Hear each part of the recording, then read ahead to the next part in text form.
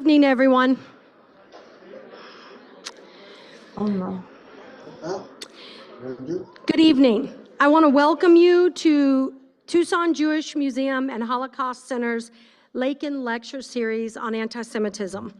I am Lori Shepard, Executive Director, and on behalf of myself, our Board of Directors, our staff, and our volunteers of Tucson Jewish Museum and Holocaust Center, we want to thank you all for being here with us tonight. Some of you, we appreciate that you braved some cooler temperatures and even a few snow flurries to be here in person. And also we want to thank those who are participating with us online.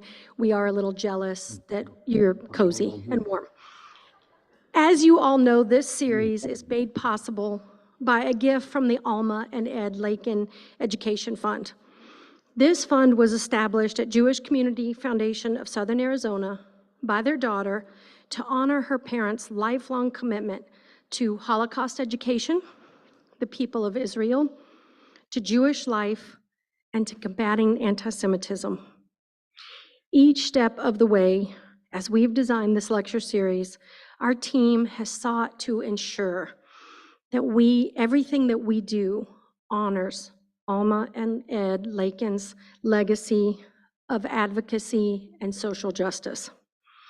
Tonight, as we come together for the fourth in this very important series, we are so pleased to take a look back on the goals that we set for ourselves, the programming ideas that we had, and to see all that we have achieved. We kicked off the Lakin Lecture Series here with Arno Rosenfeld as he talked with us about combating anti-Semitism, what is contemporary anti-Semitism and what does it mean? And then we moved on to a wonderful local panel of leaders who talked to us about what does anti-Semitism look like here in Southern Arizona. And then in November, we were back here again welcoming Ben Friedman as we explored Jewish pride and how Jews and Jewish allies can use that movement to fight hatred. We have learned so much from these presentations. And we also learned a lot from our participants. Our participants gave us tremendous feedback. And one of the most important revelations that we have had was that while our participants are so grateful for all that our speakers, our panelists have brought to them, they also wanted a little bit more, particularly in the difficult weeks and now months that have followed since October 7th. We have watched and listened, and we recognize that on the whole, people have a strong desire. They have a need to feel heard, to be seen themselves as individuals in this Jewish community. So we did what we do. We changed things up. And tonight, we've created a space where all participants can feel listened to, valued, and heard. We created a place where a person can ask a question, offer their own commentary, or just share how they're feeling. In a moment, I'm going to introduce our amazing speaker for the evening, Professor Dov Waxman, and he's going to share a program that we have had in the works since last summer. And immediately after Professor Waxman's presentation, we will go into the World Cafe conversation portion of our event, both in person and for those of you online. Our fabulous table facilitators will help guide us through what we hope will be the first of many powerful and personal conversations. Afterwards, we're going to come back together and offer some final thoughts, comments, and questions. So, without further ado, Dov Waxman is the director of the UCLA Nazarian Center for Israel. I already messed it up. He is the director of the UCLA Nazarian Center for Israel Studies. He is a professor of political science and the Rosalind and Arthur Gilbert Foundation Chair of Israeli Studies at UCLA. He is an award-winning teacher. He previously was professor of political science, international affairs, and Israel studies and the Stotsky Professor of Jewish Historical and Cultural Studies at Northeastern University. He also co-directed the university's Middle Eastern Center. In addition, he has taught classes at the University of New York and Bowdoin College. He has been a visiting fellow at Tel Aviv University, at Bar Ilan University, the Hebrew University of Jerusalem, and Oxford University. Professor Waxman received his PhD and his Master's of Arts from the School of Advanced International Studies at Johns Hopkins University, and he received his BA degree from Oxford University. Professor Waxman's research focuses on the conflict over Israel-Palestine, Israeli politics and foreign policy, U.S.-Israel relations, American Jewry's relationship with Israel, Jewish politics, and anti-Semitism. He clearly wanted to take on the easy stuff.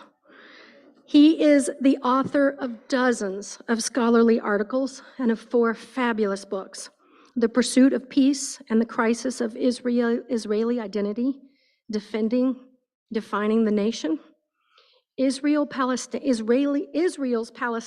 the Conflict Within, Trouble in the Tribe, the American Jewish Conflict over Israel, and the one that has been with me nonstop for the last 3 months, the Israeli-Palestinian Conflict, What Everyone Needs to Know. He has also been published in the Los Angeles Times, the Washington Post, The Guardian, The Atlantic Monthly, Salon, Foreign Policy, The Forward, Haaretz, and he is a frequent commentator on television and radio programs. As one might imagine, Professor Waxman's expertise has been in high demand recently, and we are thankful for this opportunity to bring him here to talk with us in Southern Arizona. Please help me welcome Professor Dov Waxman.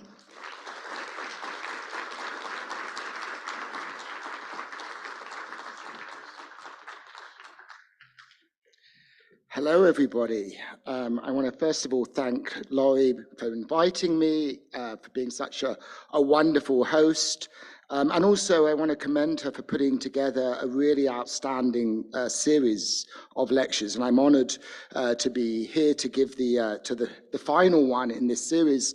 I'm very happy to see so many of you here this evening, but I wish in some ways there was less of you, because it would suggest that this topic wasn't quite so relevant.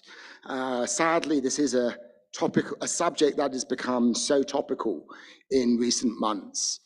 Today, of course, marks the 3rd month anniversary, 3 months since October the 7th. A date that I think is seared into all of our consciousness, a date that we will never forget. We should never forget what happened on that day. 1,200 Israelis brutally murdered, over 140 taken hostage, many of whom still held in captivity in Gaza as I speak.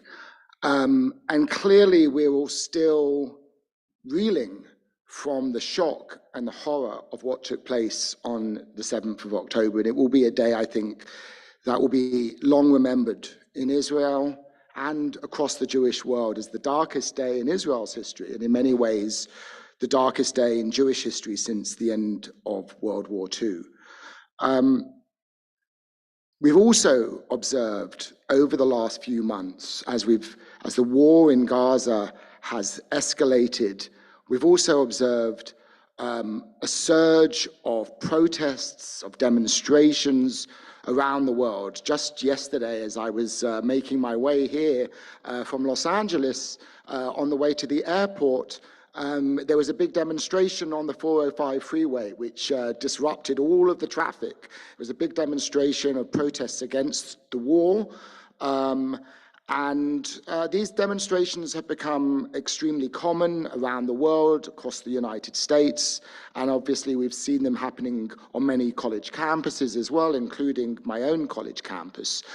And while these demonstrations have been taking place, there's also been attacks, assaults against Jews, around the world, including in the United States. In Los Angeles, where I live, the home of a Jewish family was broken into by somebody shouting "Free Palestine," who tried to attack their family members. Thankfully, they were apprehended.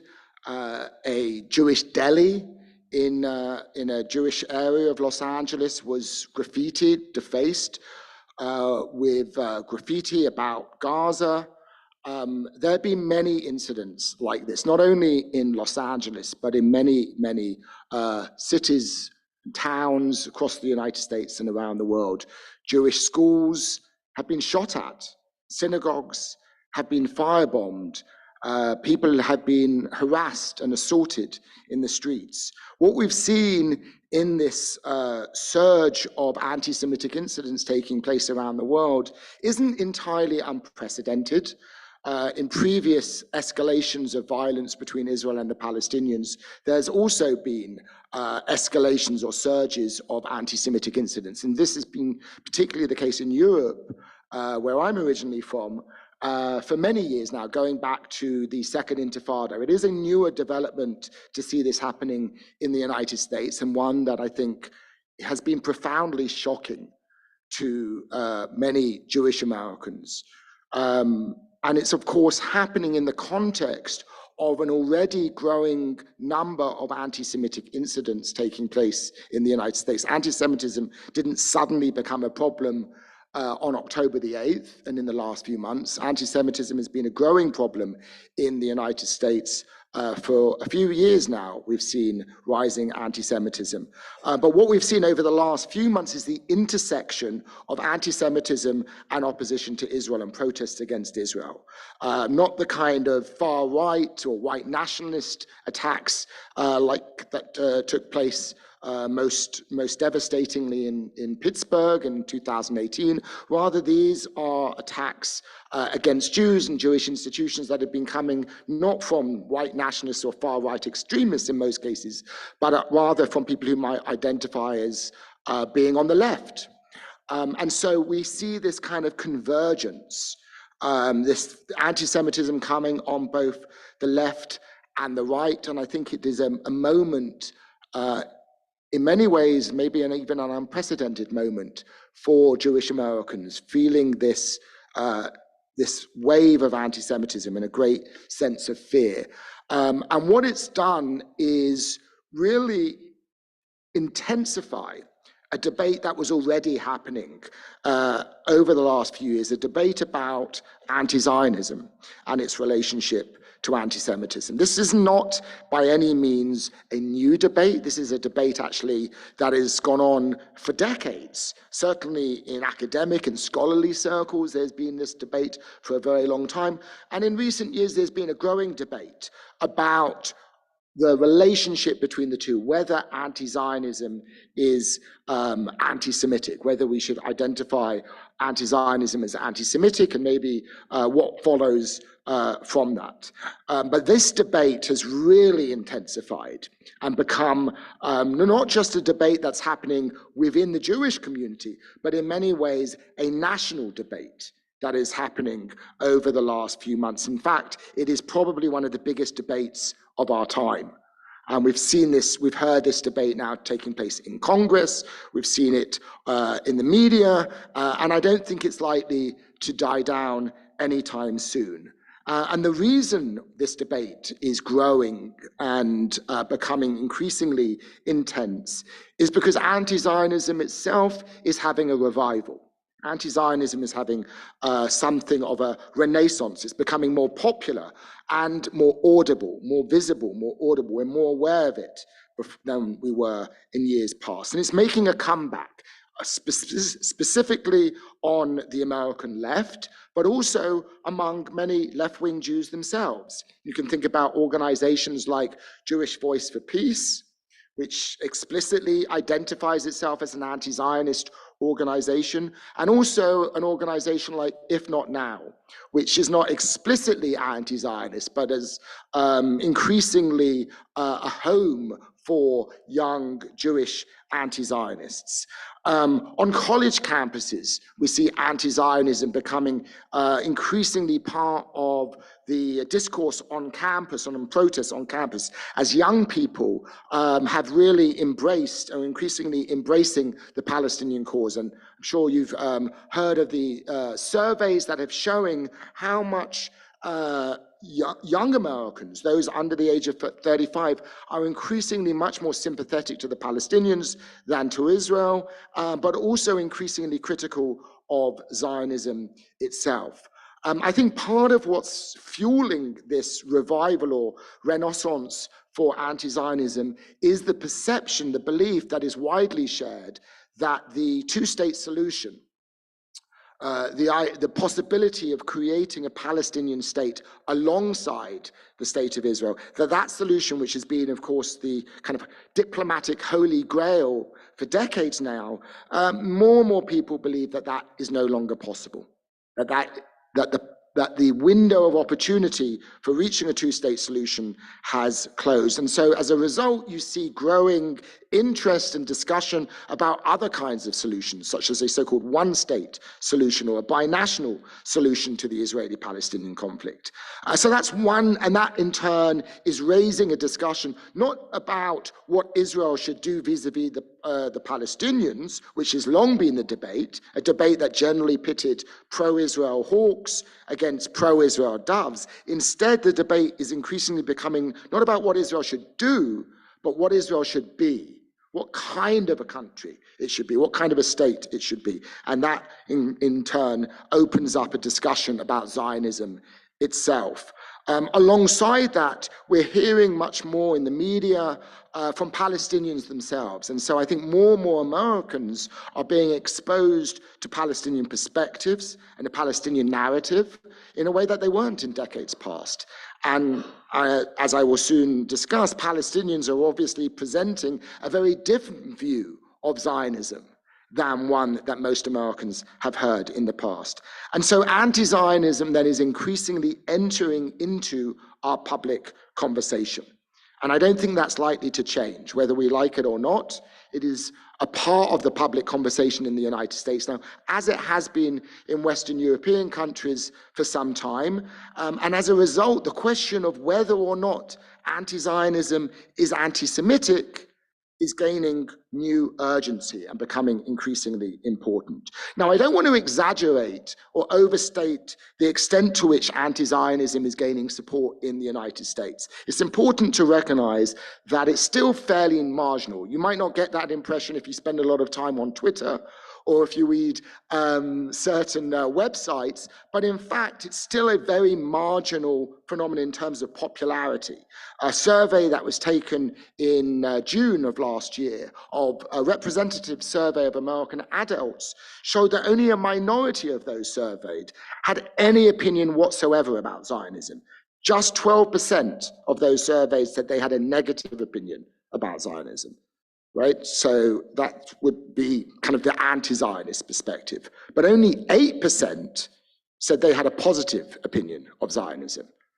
So we see that most people, most Americans, 2/3 of those in that survey, had no opinion about it. So it's not something that is as widespread as we sometimes think. It is often more among intellectuals, academics, college students, journalists. Nevertheless, it is, I think, a growing phenomenon. And as a result, there is this growing debate. And I think I want to kind of characterize the two sides in this debate. On the one hand, we have those who argue that essentially anti-Zionism equals anti-Semitism, right? We can call that position the conflators, right? They equate the two. Say, one, this is anti-Semitism. On the other side of the debate, I'll call them the deniers. There are those who deny that there's any linkage between anti-Zionism and anti-Semitism. They're two completely separate things. In the Jewish world, we have an organization like the ADL, publicly stating that anti-Zionism is anti-Semitic. On the other side of the spectrum, JVP, Jewish Voice for Peace, insisting that anti-Zionism is never anti-Semitic, okay? They argue that Zionism is an ideology, right? And therefore opposing Israel is completely different than hating Jews, and we should not confuse the two. This is the debate as it's playing out now between these two sides, broadly speaking, the conflators on the one hand and the deniers on the other hand. I think this debate is very problematic. I think it's very polarized, and it's very problematic between these two diametrically opposed positions. And there's a couple of fundamental problems with this debate, as I see it. First of all, both sides in the debate tends to rely on very different understandings of what they mean by Zionism and anti-Zionism, right? So they talk about Zionism and anti-Zionism, but very rarely, if ever, do they actually define what they mean by these terms. And as a result of that, it's quite often that they're just talking past each other. They're just not really engaging with each other because they actually have very different understandings, things in mind of what Zionism means and of what anti-Zionism means. And I think that's one problem. Now, that may be a typical academic complaint, right? We need to define our terms. But I think understanding how we use these terms, right, what we mean by them is very important. The second problem, and the one that I want to really address this evening, is the way in which this debate is framed in either-or terms. In other words, either anti-Zionism is anti-Semitic or it isn't anti-Semitic, right? That is the way the debate is framed. This presents, I think, a false binary, a false choice. In other words, is anti-Zionism anti-Semitic is the wrong question to ask. I think a better question, the one that I want to address this evening, is when is anti-Zionism anti-Semitic? When does anti-Zionism turn into anti-Semitism? That's the question we need to address. In other words, rather than take one of these very polarized positions and insist that anti-Zionism is always anti-Semitic or anti-Zionism is never anti-Semitic, I think we have to take a more nuanced approach. We have to take an approach that understands that sometimes anti-Zionism, maybe often anti-Zionism is anti-Semitic, and sometimes it isn't. That there can be an anti-Semitic anti-Zionism and a non-anti-Semitic anti-Zionism. And so that's what I want to try to chart this evening, to try to look at when can it be anti-Semitic and when might it not be anti-Semitic. Now, to do that, to really understand this relationship in more than these very simple slogans, right, we first need to understand something more basic. That is what anti-Semitism is, right? We can't talk about whether anti-Zionism is anti-Semitic without having an understanding of what makes anything anti-Semitic. And very often, unfortunately, people don't do this. People use the term anti-Semitic very often to simply mean something that they don't like or they oppose.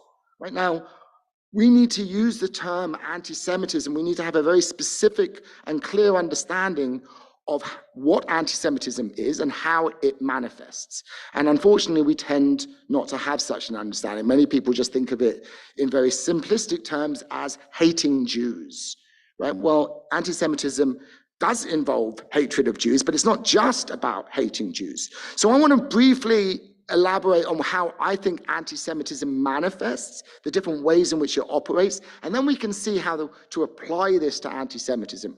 And hopefully in doing so, I can give you kind of tools or a framework to then identify when is it anti-Semitic and when isn't it anti-Semitic. So the most obvious way we can think about how anti-Semitism manifests is in a person's attitudes. In other words, what they think about Jewish people, right? How they feel towards Jews. And so, you know, in that sense, hating Jews is obviously one manifestation of anti-Semitism.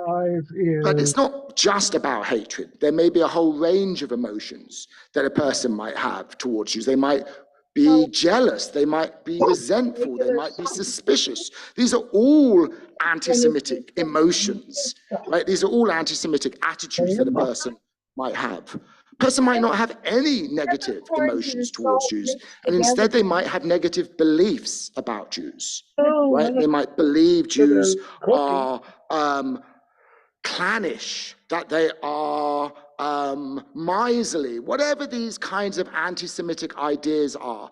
All of that we can think of as like negative beliefs and emotions that somebody might have towards Jews, how they feel about Jews.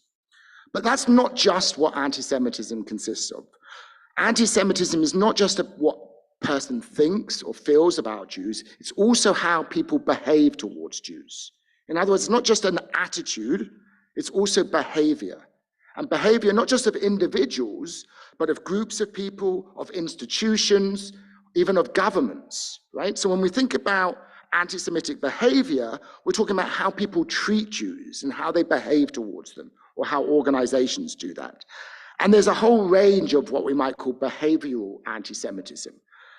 Insults, for example, assaults, harassment, vandalism, violence, discrimination, persecution, oppression, I can go on, right? All of this is alongside prejudice. Prejudice in terms of attitudes, but also discrimination in terms of behavior, right? And sometimes the two don't necessarily go together. There can be discrimination without prejudice. There can be prejudice without discrimination. In other words, a person might dislike Jews, but not behave differently toward them, because they might feel that, for example, that behavior wouldn't be socially acceptable, right?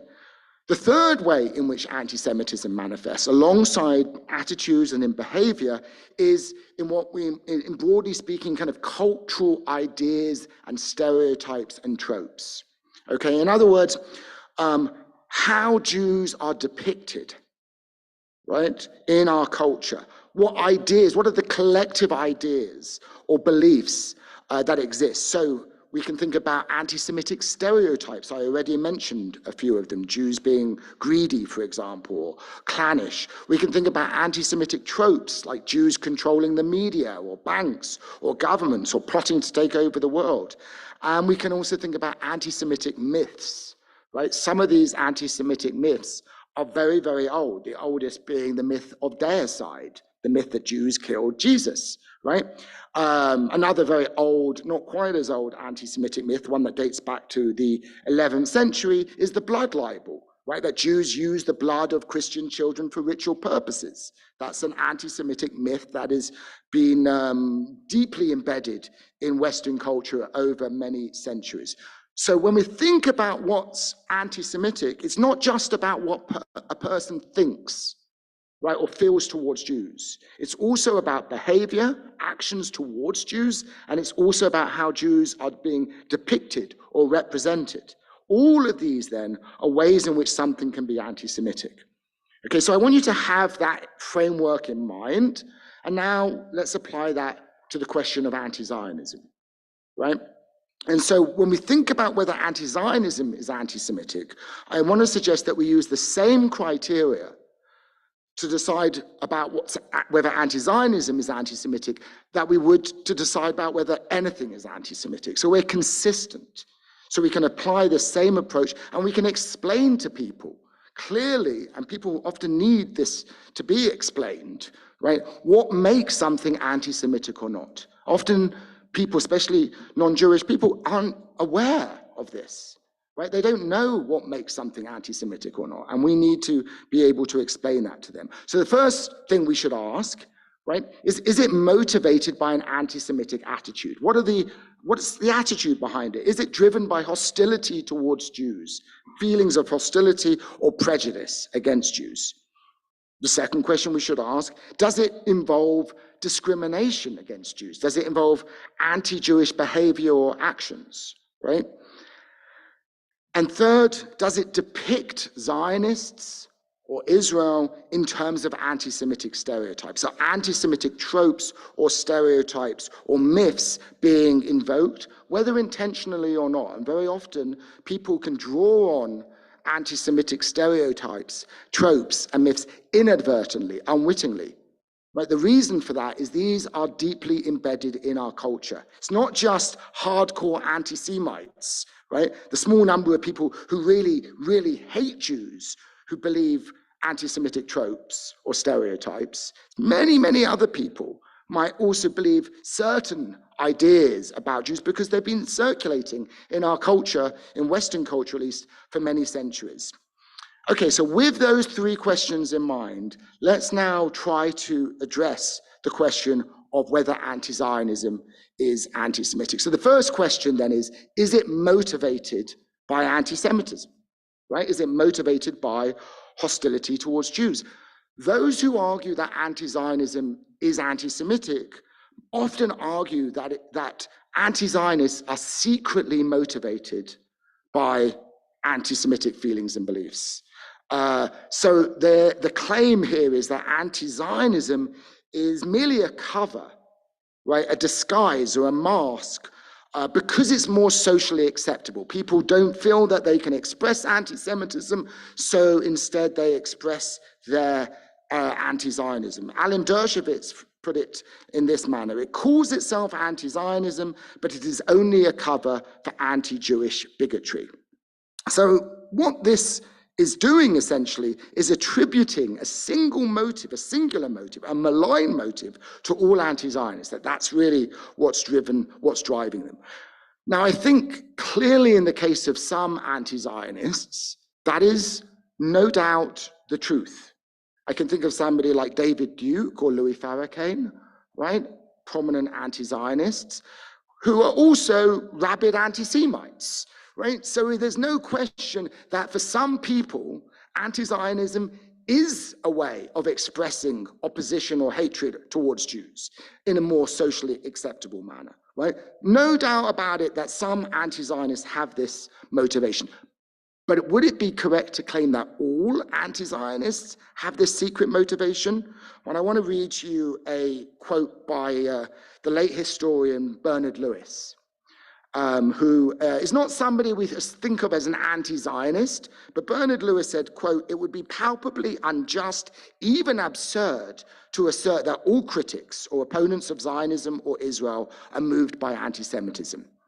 He also noted it would be equally mistaken to deny that anti-Zionism can on occasion provide a cloak of respectability for a prejudice which, at the present time and in the free world, is not normally admitted in public by anyone with political ambitions or cultural pretensions. In other words, what Bernard Lewis is saying is, yes, sometimes some people are secretly motivated by anti-Semitism, but we certainly wouldn't say that everybody who's critical of Zionism has such a motive.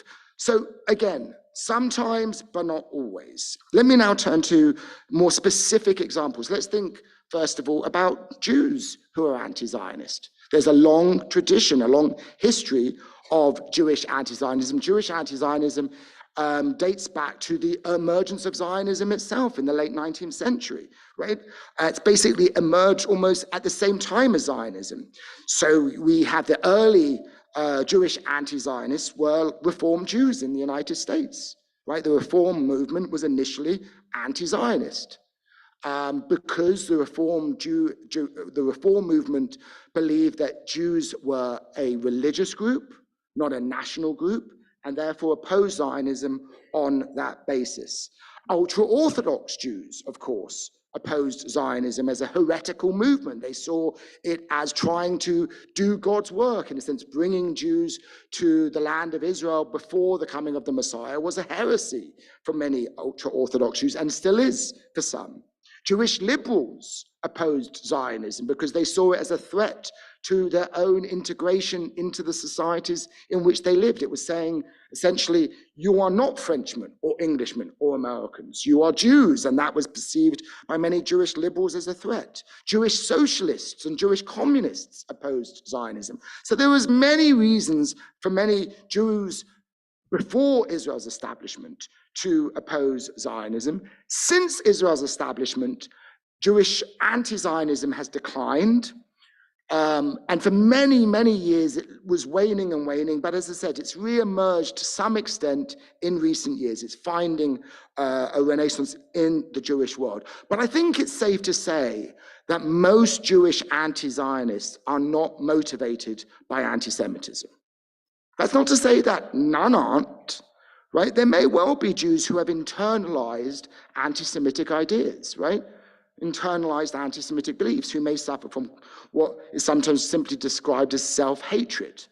But I think most Jewish anti-Zionists do not have such a motivation, right? They're not moved by prejudice against Jews. Okay, that's an easy case. Let's take maybe a somewhat harder case, Palestinians. Is Palestinian anti-Zionism motivated by anti-Semitism? Is it prejudice against Jews that motivate Palestinians?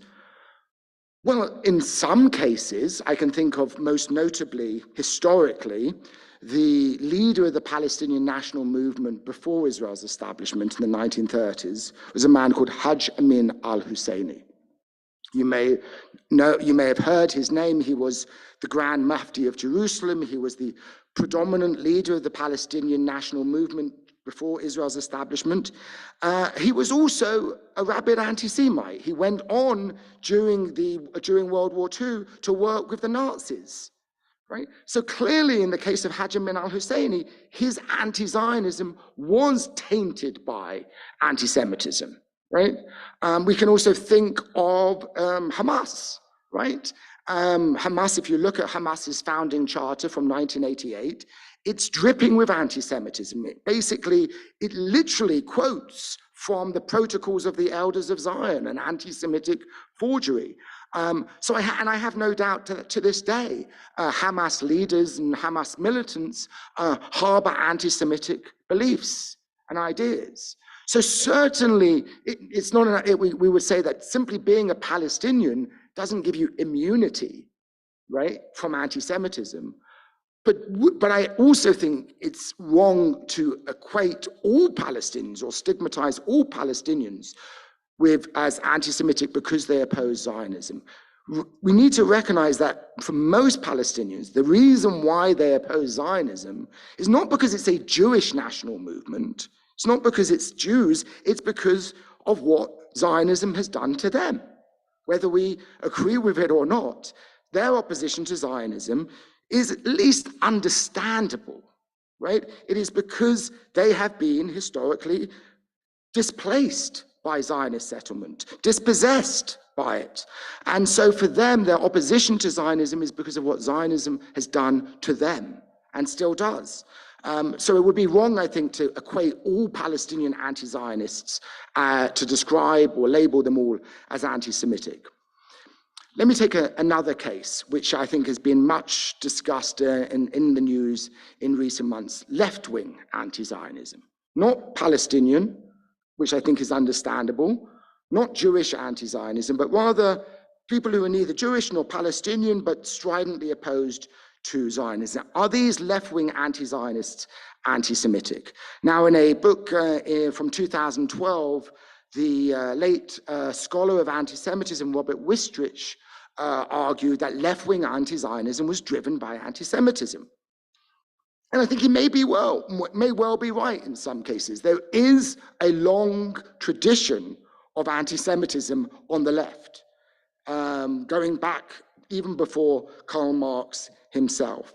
But I think the reason why many on the left oppose Zionism is not out of anti-Semitism, but out of a view, misguided though I think it is, a view that essentially equates Zionism with colonialism, right? A view that really developed since the late 1960s, in the aftermath of the 1967 war, where on the new left, as opposed to the old left, which was broadly sympathetic to Israel, the new left increasingly identified and viewed Israel as a settler colonial state and embraced the Palestinian cause as an anti-colonial movement. So in this kind of left-wing worldview, which is still very much alive today, especially on college campuses, the Palestinians and groups like the PLO and Palestinian militants are perceived as kind of revolutionary freedom fighters, right? Israel is aligned with the Western imperialism and European colonialism. And so this worldview has become part of leftist or left-wing ideology, alongside anti-colonialism, anti-imperialism, anti-capitalism, and anti-Americanism. right? And so support for the Palestinian struggle on the left has become essentially a kind of marker of identity. If you're on the left, right, you support the Palestinian struggle, you oppose Zionism. And we've seen a lot of this in recent months. There's this commitment on many on the left to anti-colonialism and anti-racism now, and that leads them to support Palestinians and oppose Zionists, who they basically regard as pro-apartheid colonialists. That's pretty much the left-wing worldview. Now, it is a deeply problematic worldview. The reason, and I think we've seen over the last few months, the problems with this worldview, because essentially it's led some on the left, not all, but some on the left, to excuse, deny, even condone Hamas's atrocities on October the 7th. It is a worldview that is reductionist. It divides the world into essentially two camps, right? The progressive, the enlightened, the anti-colonialist, anti-racist, and anti-Zionist, okay? And the other side, okay? And in this very binary, very simplistic worldview, Israel is in the camp of the oppressor, right? Zionists are in the camp of the oppressor, and the oppressed can basically do anything, and that is somehow considered justified or acceptable. Clearly, that, I think, is an appalling, morally bankrupt perspective. But I don't think it's necessarily anti-Semitic. It has anti-Semitic outcomes, as I will talk about, because it condones violence against Jews. But it's not necessarily motivated by prejudice against Jews themselves. It's motivated by this ideology. Okay, let me now turn to the second factor then, not attitudes, not what people think or feel, but rather behavior. Is anti-Zionism discriminatory, regardless of what motivates it? And I think this is a really important question, because too often in the debate about anti-Zionism, we focus on intentions. We focus on what somebody thinks or feels about Jews, and we have this, do they hate Jews or not? And actually, you know, first of all, we can't really know what's in people's minds, so it's a kind of endless argument. But I think the harder question is not whether anti-Zionists are secretly hostile to Jews. The harder question is whether anti-Zionism is anti-Semitic in effect. In other words, it leads to anti-Semitic outcomes, regardless of how people feel towards Jews. Now, the claim here made by the conflators is that anti-Zionism is effectively discriminatory. Doesn't matter what your motives are, doesn't matter what your feelings, even if you're Jewish, right? It's discriminatory. Why?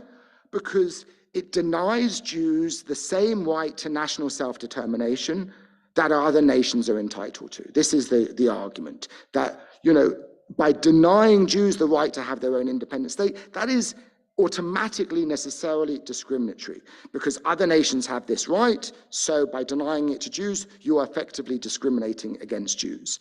Now, I think there's a number of problems with that. For one, the problem is that there is naturally no universal right to national self-determination and statehood, but let's leave that aside. I think it is fair to say that if a person supports the right of all people, all nations, under any circumstance, to have a state of their own except Jews, that is discriminatory, right? That is discriminatory, clearly. If every other people, if every other group is entitled, whether it's the Palestinians, the Kurds, the Catalans, the Basques, you name it, every nation, and there are hundreds of nations, if somebody says, yes, all of these nations should have a state of their own, but not the Jews, for whatever reason, it's discriminatory.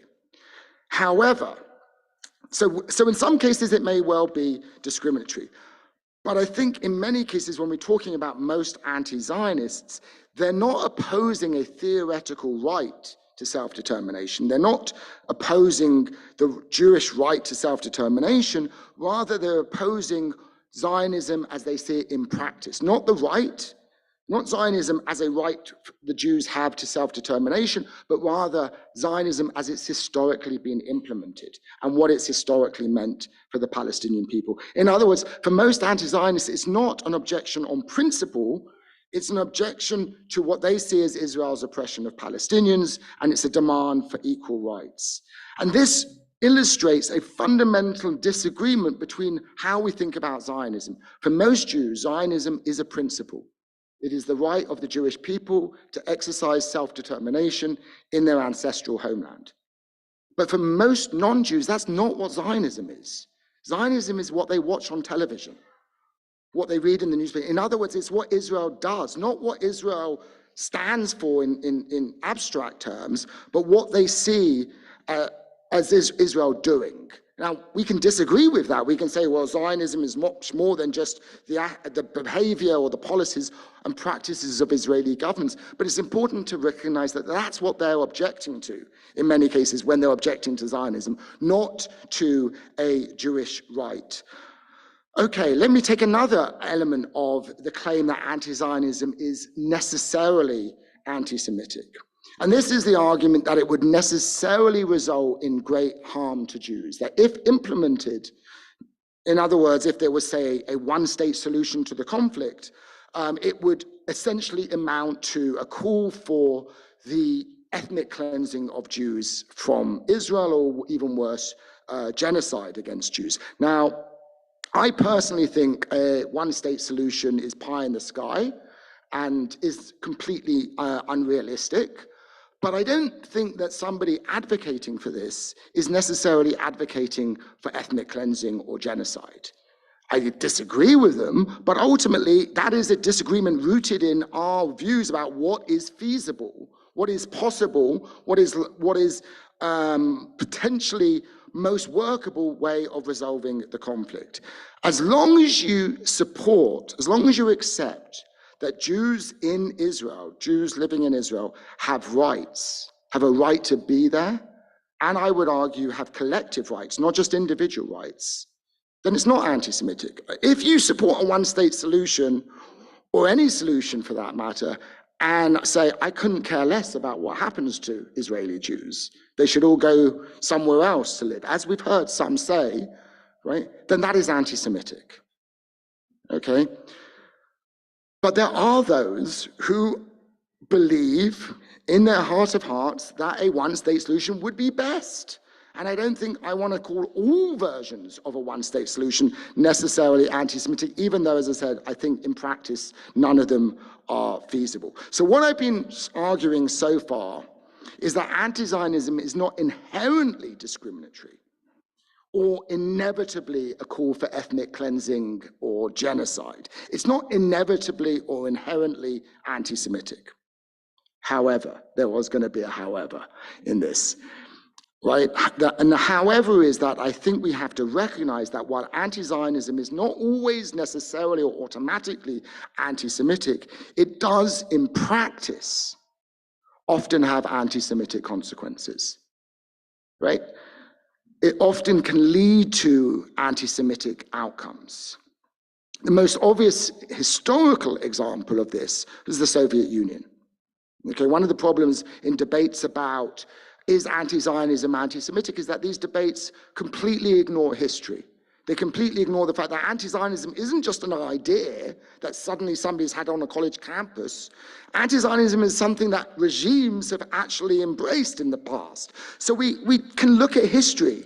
We can look and learn from that. And one thing we can look at is how it's been implemented and what it's actually meant in practice. And in the case of the Soviet Union, which formally embraced anti-Zionism in the early 1950s, it had clearly anti-Semitic consequences for Jews in the Soviet Union, right?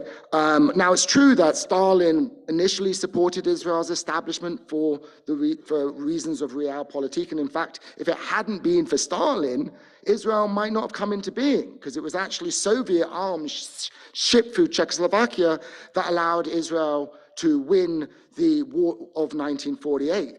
But shortly after, Stalin turned very, very strongly against the Jewish state and made anti-Zionism an official policy. For example, in 1952, he ordered the arrest and trial of many Jewish doctors who were branded Zionists and accused of planning to kill Soviet leaders as part of a secret plot by Western imperialists and Zionists. This was known as the Doctors' Plot. Right? This led to an anti-Semitic campaign in the Soviet Union, which kind of went on long after Stalin's death in 1953. And so Soviet Jews were basically seen as kind of crypto-Zionists, as traitors, as agents of Western imperialism, and subject to persecution and oppression on those grounds, because they were accused of Zionism. Not because of their Jewishness, ostensibly, but obviously there was anti-Semitism.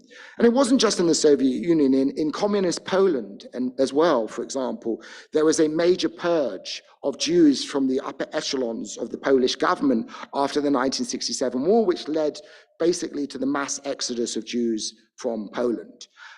We can think about examples in the Arab world, most notably in Iraq, of course, where as anti-Zionism became official policy in Iraq, that led to the Farhud, that led to massacres and attacks of Jews in Iraq and in other Arab countries. So in these instances, historically, anti-Zionism has had anti-Semitic consequences, undoubtedly. What about today? I think today as well, contemporary anti-Zionism also often has anti-Semitic consequences. Doesn't mean to say it always does, but it often does, specifically against Jews outside of Israel. And as I had mentioned at the opening of my remarks, we've seen, unfortunately, many examples over the last few months of where anti-Zionist protest or anti-Zionist action is targeting Jews. A Jewish deli, for example, graffitiing a Jewish deli or assaulting a Jew walking down the street and calling or shouting in his face, "Free Palestine," is anti-Semitism. Now, and the reason why Jews in the diaspora have often ended up as the victims of anti-Zionism is because most diaspora Jews have become Zionists. Right? And for that reason, the real world consequences, the actual consequences of anti-Zionism can make it effectively anti-Semitic. Just to give you a few examples. If Zionists are denounced as racists, as they often are nowadays, and Jews identify as Zionists, then it can often lead to Jews being vilified and harassed as racists. Right? If Zionists are being excluded from a college club or from a political organization or from a political rally, right, then that can often lead to Jews being excluded from those organizations and rallies, right? So in other words, even if people want to target Zionists, right, they're saying we're not opposed to Jews. Some of our best friends are Jewish, right?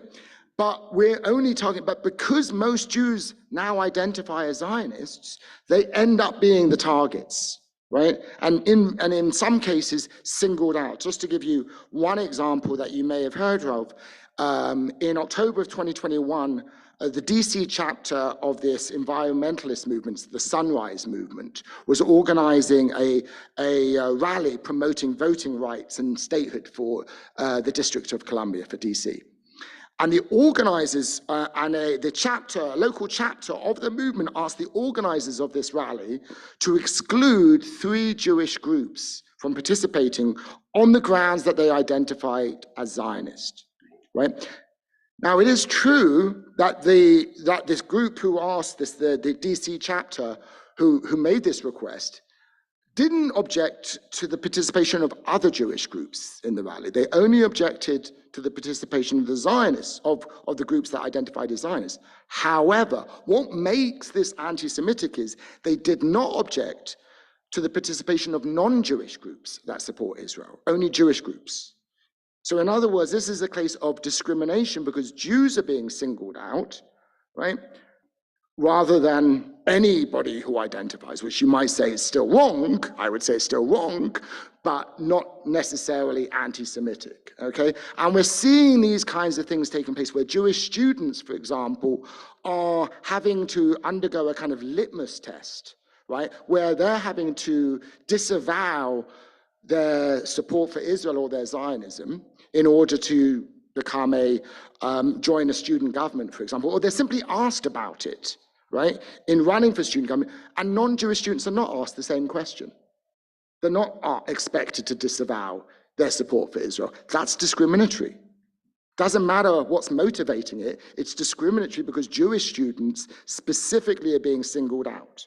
Okay, so in other words, when Jews and only Jews are being ostracized or excluded or interrogated because of their support for Israel, that is anti-Semitic.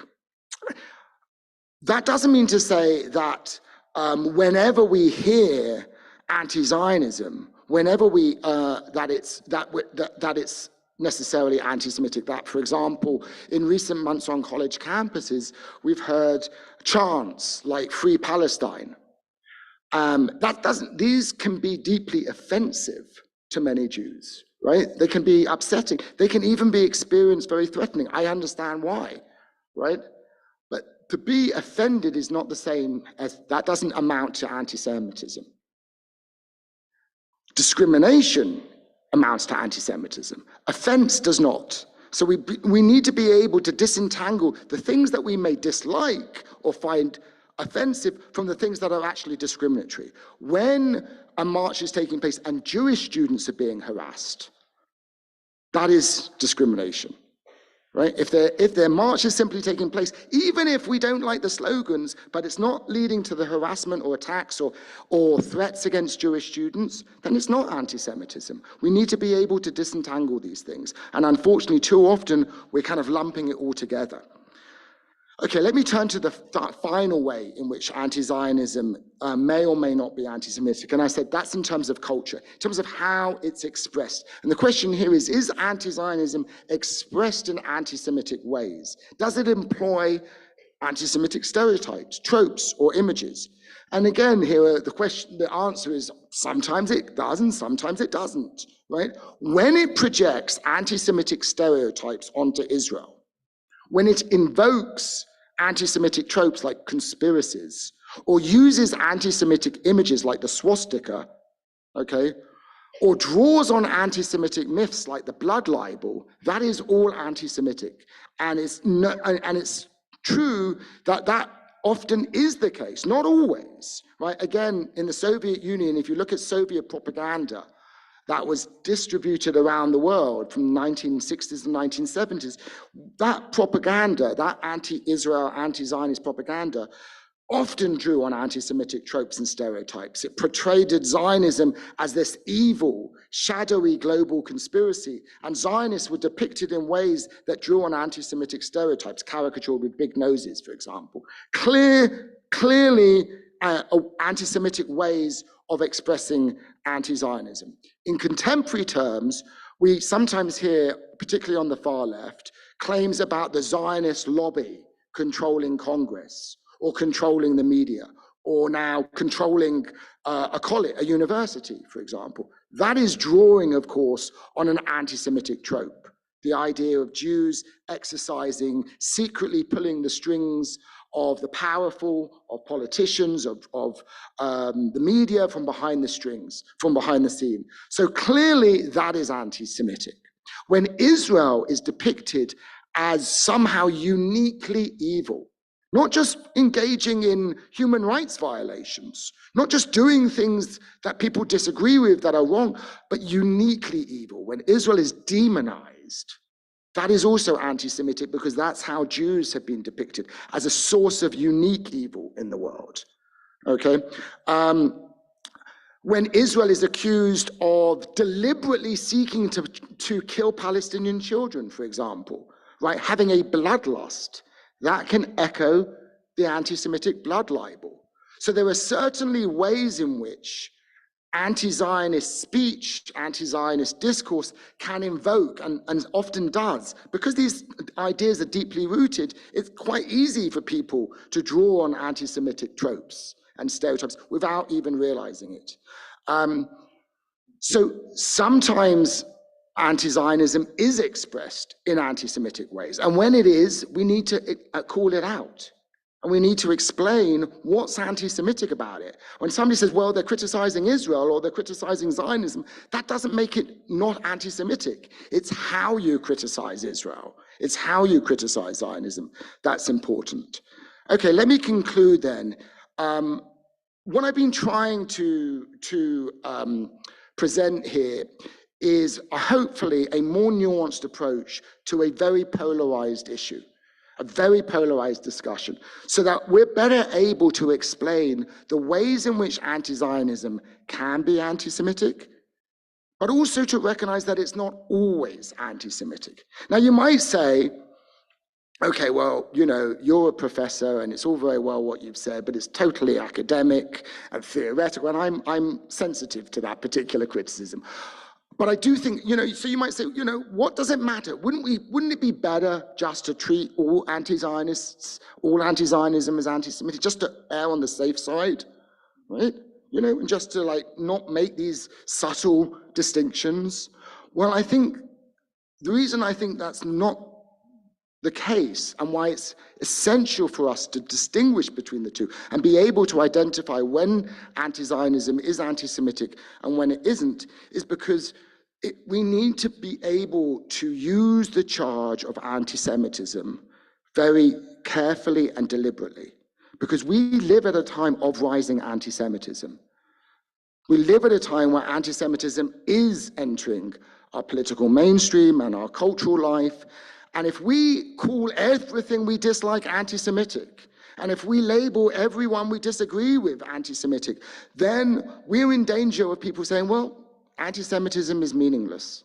This is just a term of an attempt to silence or abuse, and it has no value. We need, in other words, to use this charge so Jewish claims of anti-Semitism can be taken seriously. Because if Jewish claims of anti-Semitism are not taken seriously, Jews are less safe.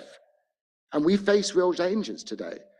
And in order for those dangers to be recognized, we need Jewish claims of anti-Semitism, whether they're on campus or in the wider world, to be taken seriously. And that's why we need to make these claims thoughtfully and carefully.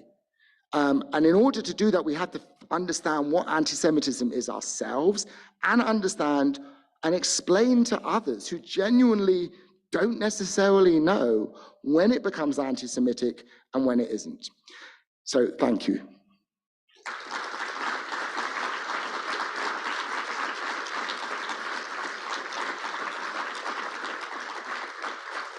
Now, I think I've given you, I hope, a lot of food for thought, and now you'll have an opportunity to discuss what I've said, and I hope you can think about examples, and I will go around as you're doing that. So.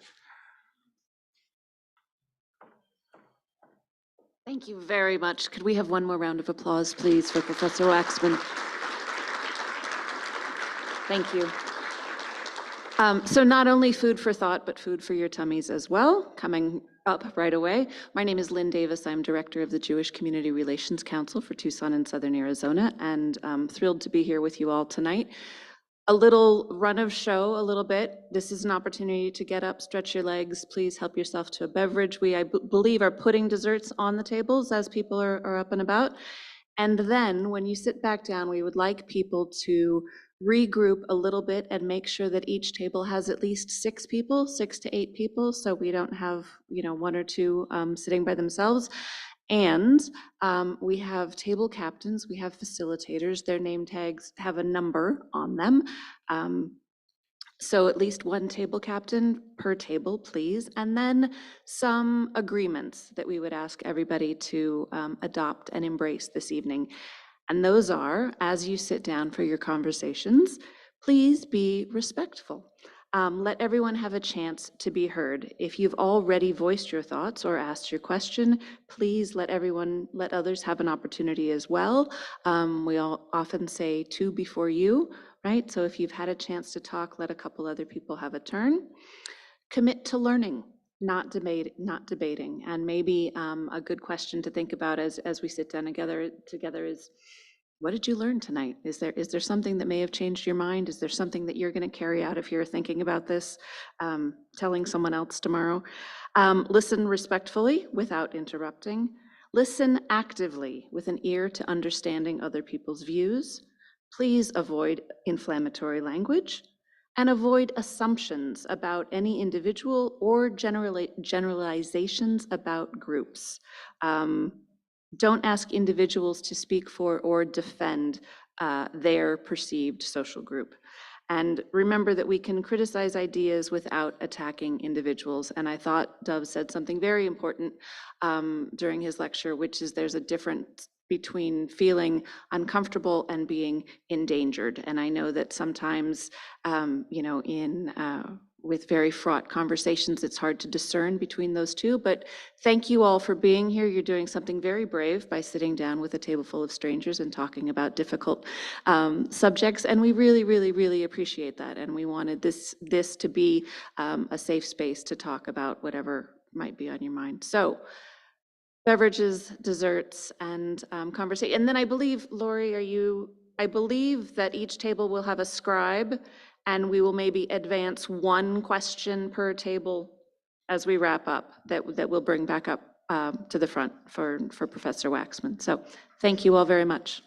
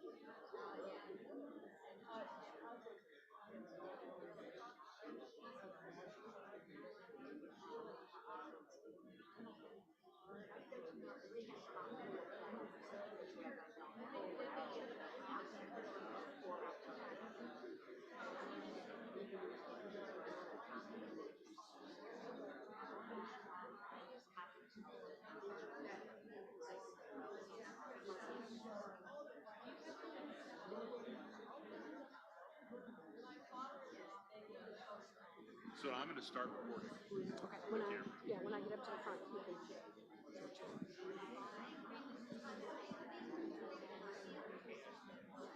Can you see me if I start?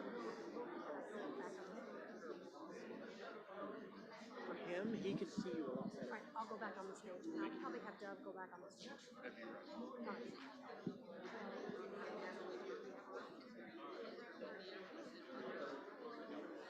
to collect questions. Do we have a question, thoughts? Okay, so what I'm gonna do is we're gonna question. Okay, so I'm gonna go back up. Okay. If you're gonna Do be in this? charge of this, Okay. let's start at this table. Okay. Does that work for you? All right. Do you know where Dov is? I don't. Oh, right there, talking to Oh, okay. David. So I'm gonna So get they Dov, said and then we're no. gonna go Right. back. Okay. And also, if he has any, like, I'm trying to find any sort of bibliography. No,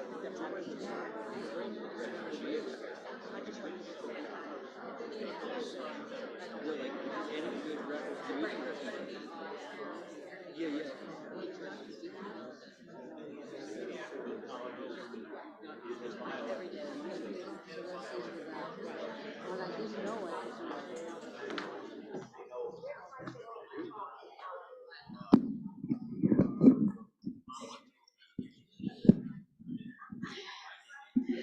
Without a doubt, one of the hardest things I ever have to do is stop amazing conversations. And what I can hear throughout this room is some amazing conversations. And if we could stay all night, then I would let us. But I think I better start this portion, which is where we're going to hear from each different group. And maybe you can have a question, you can offer your comments from the group, whatever you feel the most comfortable with. And also Dov will join me, and he can answer questions if you have a direct question. But also, where normally I take the microphone away and say, if you don't have a question, give it back, we'll actually let you make comment tonight. So Lynn, do you have a first comment from this table? Yes, or but questions?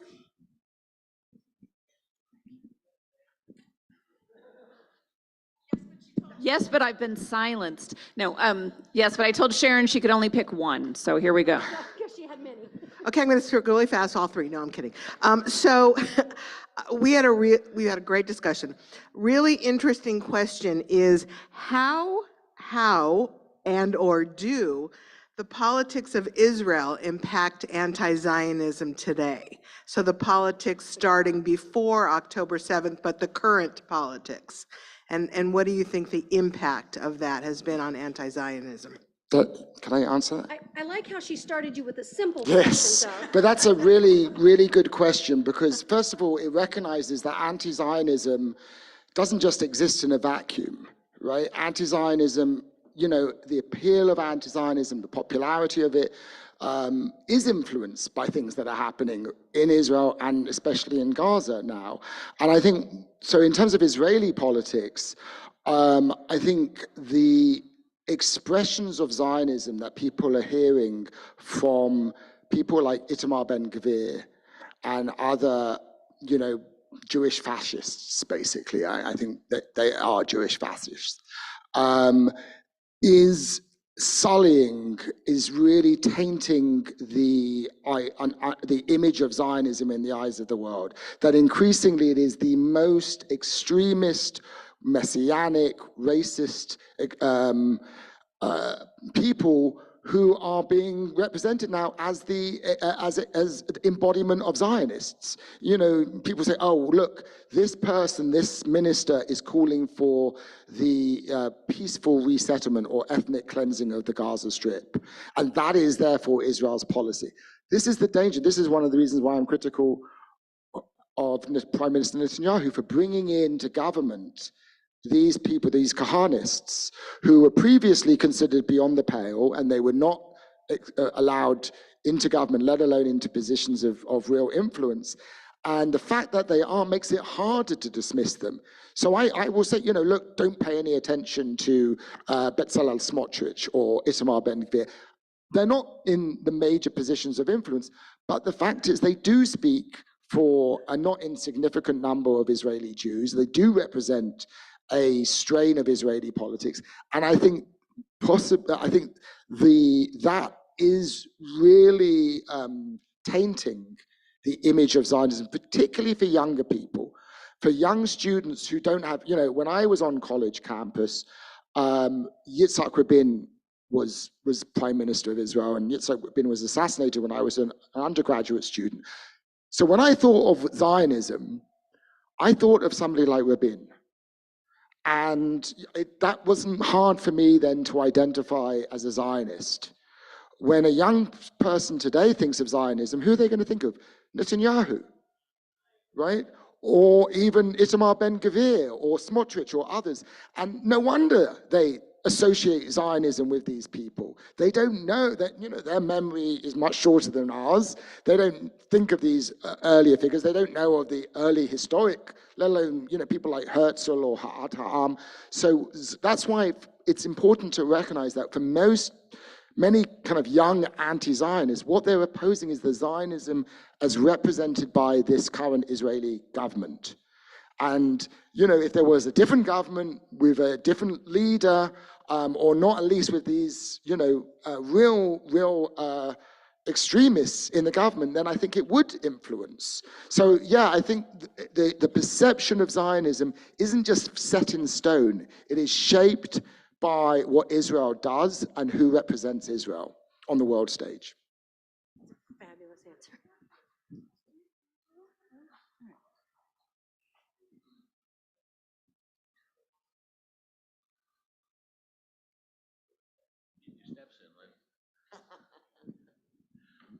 Thank you for a wonderful talk. We had great discussions at this table and made a lot of new friends, I hope, hopefully. There was a theme here towards the end about the fact that high school students, college students, even graduate students do not know anything about history in general, and especially about history here. Is there any movement on campuses like UCLA to teach history to undergraduate students so you can have a conversation with them and not have to yell at them? Yeah, I mean, I hear you. I feel the same. I mean, I wouldn't just say, I think most people don't know much about history. I mean, I find the historical, and I'm going to make it, I am an American, but I'm originally from the UK. And I do think generally Americans don't learn a lot about history. Their knowledge of world history, they learn a bit about American history, but their knowledge of world history is, next to nothing. But certainly young people, even less. So, and it's very difficult because unfortunately, students today more and more approach a college education like getting credentials for a job. And so there's a general disinclination to take humanities courses. And so history is suffering. I'm not a historian, I'm a political scientist. Actually, I have a lot of students in my classes, and I teach a course on Middle East history and politics. So there is an interest, but students feel the pressure to credential, to get jobs, to pay off student loans. And so and sometimes the parents are telling them to take these courses. I run an Israel Studies Center. I deeply believe that the best antidote to some of the very simplistic kind of sloganeering that we're hearing on campus and the very crude reductionist views of Israel that some young people have, often from social media, is for them to take a college course on Israel. That's why I run the center, and that's what we try and do. But I recognize, and through them, it's not just the students who take a course. My maybe naive vision is that student, will then talk to their friends and their family members. So education is the key. We need to be promoting more of these kinds of courses, but it's not just enough for college students. I think we need to do it more broadly in general, and recognize that very often what's behind these attitudes that we may disagree with isn't malice, but ignorance. And therefore we have to engage with people, not thinking of them as hostile, but rather thinking of them as people we can educate in a way that's not patronizing, and engage with them. But that takes time. But I think generally speaking, that's a far better approach than the kind of shaming somebody even worse, we've seen sometimes doxing people, because of their views, rather than saying, let's actually try to sit down and engage with somebody and recognize that, they might not know about Jewish history. They might not even know much about the history of Israel. And it takes time, though, and that's not very satisfying in this moment where we want immediate solutions. But that's ultimately the necessary, not just when it comes to learning about the Israeli-Palestinian conflict, but learning about many global issues. I think it's fitting. My comment and story is changed because I am a historian who taught high school history classes for about 25 years.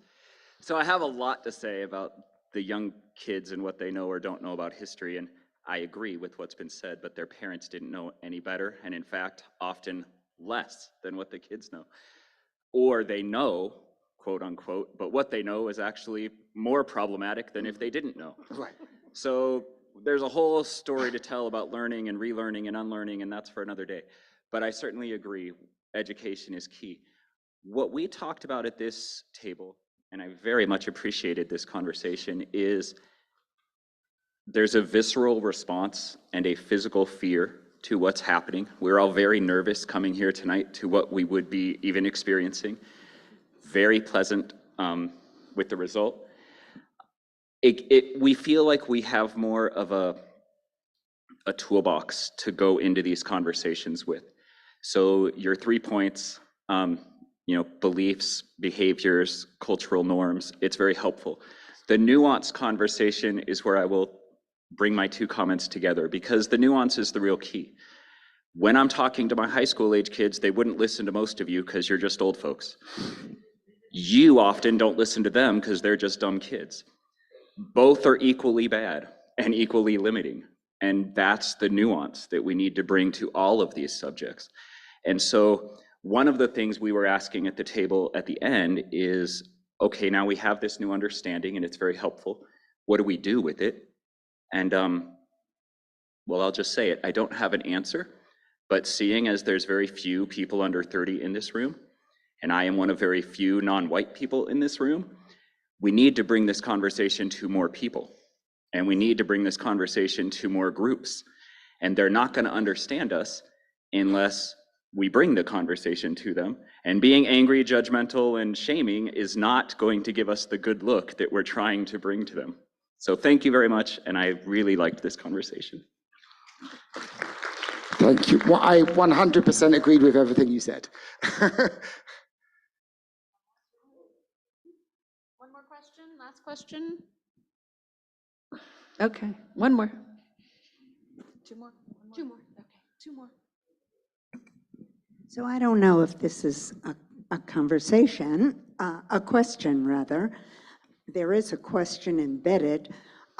First of all, at this table, there were lots of feelings being expressed, a lot of confusion about where the clergy, our clergy, are, and why positions aren't being taken. There were also those who felt it's better to give something time because there's so much we don't know. And I think that was a very positive thing.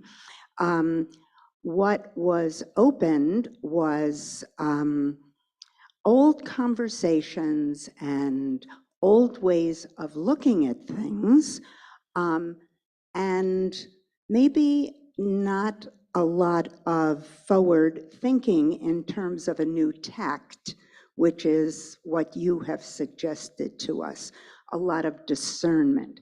One of the, I made a comment, which was that not all, that the situation in the Middle East is evolving, and there are groups like the Arab Emirates and Saudi Arabia who have moved on. And this necessitates a different posture from the Palestinians. I wonder if you would want to speak to that.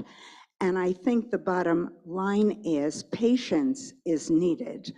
And maybe the urgency to take a stand or put forth a resolution could be very reckless. So could you speak to the need for patience and newness of what's on the horizon that we're not all aware of?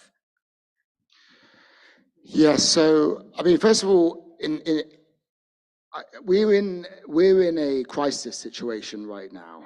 I mean, Israel is in one of, if not the worst moment in its history right now, and it could get worse.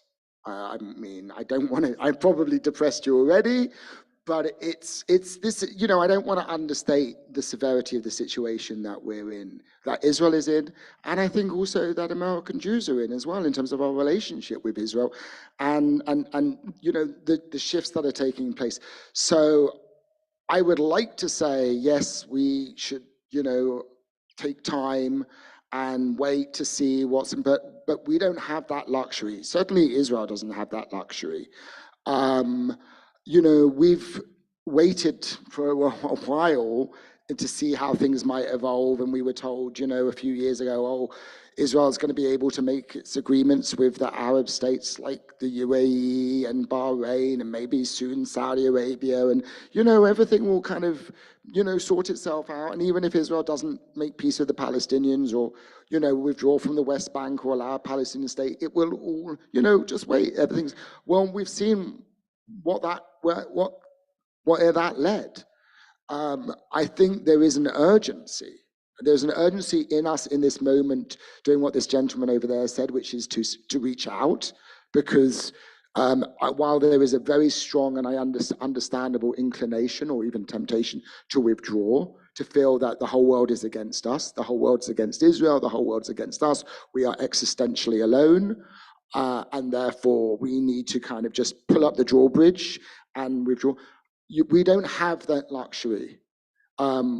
In this country, we face a serious democratic crisis, serious threats to our democracy here, and a threat to democracy is a threat to Jews, because Jews don't fare well in authoritarian regimes.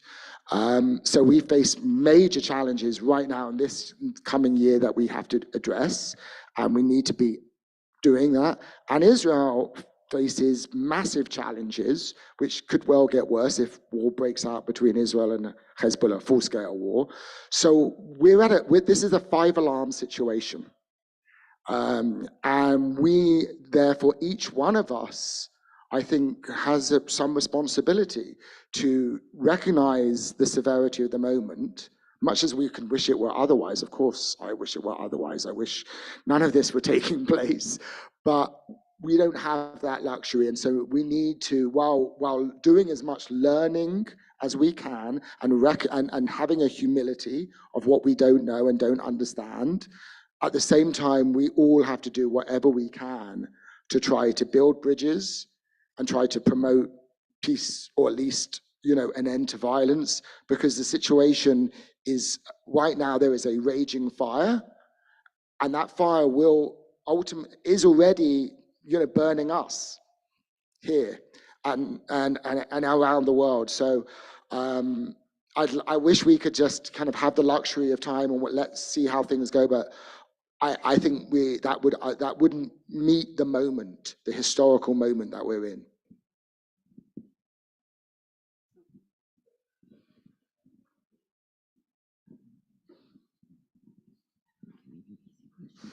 It seems to me there's a need for a third category up on that board. There's a category for Zionists who feel that Zionism is seriously broken and needs to be fixed. But we're still Zionists. We want Israel to exist, but we want it to be a just Israel, and it definitely isn't.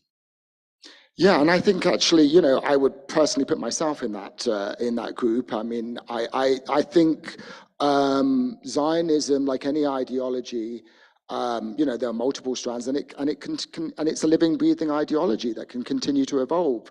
And I think, you know, it's incumbent upon all of us who care for Israel's future and to be engaged in that, to ensure that the likes of Itamar Ben-Gvir and others don't get to define what Zionism is. we don't allow them to speak for what Zionism is, and we say there is another path, there is another way. It doesn't have to be like this. And I think that's why, much as it's hard in this moment, it feels like between the kind of shrill and strident anti-Zionism, which just looks at Israel and all Zionists as racist, pro-apartheid colonialists, and the shrill Zionism that accuses anybody who has a criticism of Israel of being anti-Semitic, and there is no space for nuance. There is no middle ground. Most of us are in that space, are in that middle ground, and that's why we need to find our voices, and not allow the extremes to speak for us or to dominate the debate, and to remember, actually, although they may be the loudest, they are actually not in the majority. They are not actually, we just hear from them a lot. And if you're on social media, it seems like these extremes are the majority, but that's not the case. And survey after survey shows actually there is a much more moderate majority out there. But right now we're just kind of intimidated often. And I think we need to find our voice and speak up and say, this is not acceptable. But we're not going to just withdraw and step away. And my fear is that, more and more Jews may just decide, they don't want, especially younger people, will just walk away because this is just too hard. And it is hard. It is painful. It is difficult. But as I said, I feel like for the sake of Israelis and Palestinians, and ultimately for the sake of Jews, we can't walk away. If we care about that, we have to stay engaged, and we have to do, each one of us in our own way, our part in trying to bridge these differences. And I think hopefully by coming here this evening and engaging in these discussions, I'm realizing how many people, even if you don't all agree, that you can have these difficult conversations and hear each other and engage. That is possible. And that what you've done this evening is model that. And so I'm commend you all for doing that. I'm grateful to you.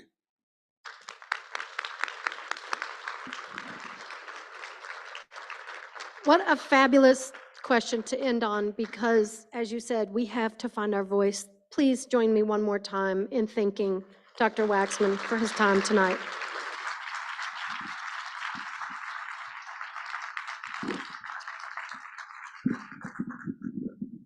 Hello, my name is Martin Reichgott. I'm the Director of Philanthropy at the Tucson Jewish Museum and Holocaust Center. For many of you, this is the first time that we're meeting, and if we haven't met personally, please like to have a conversation with you. I want to make sure that we thank all the generosity that goes into the Lakin Lecture Series. The Tucson Jewish Community Center for hosting us in such a gracious fashion. Our community partners, the Weintraub Israel Center, Jewish Philanthropies of Southern Arizona, and the incredible generosity of Stanley and Norma Feldman, Michael and Marcia Zakaria, and of course the Ed and Alma Lakin Education Fund. A big round of applause. And honestly, the opportunity to continue these courageous conversations is what we do every day. Our mission is education. Our mission is collaboration. And we do it with these lectures, with our band book club, with reaching out to other marginalized groups and having important, courageous conversations on how we can create a safer community. And we have a free museum. We have education in which we pay for buses to bring the next generation to the museum and learn. And I'm up here saying, if you value this, if you believe this is part of the solution, we truly, truly appreciate your investment. And if you're here today, if you're online, you believe in what we're doing and you believe in a stronger community. So once again, thank you all. Thank you for our generous partners, and we appreciate your investment.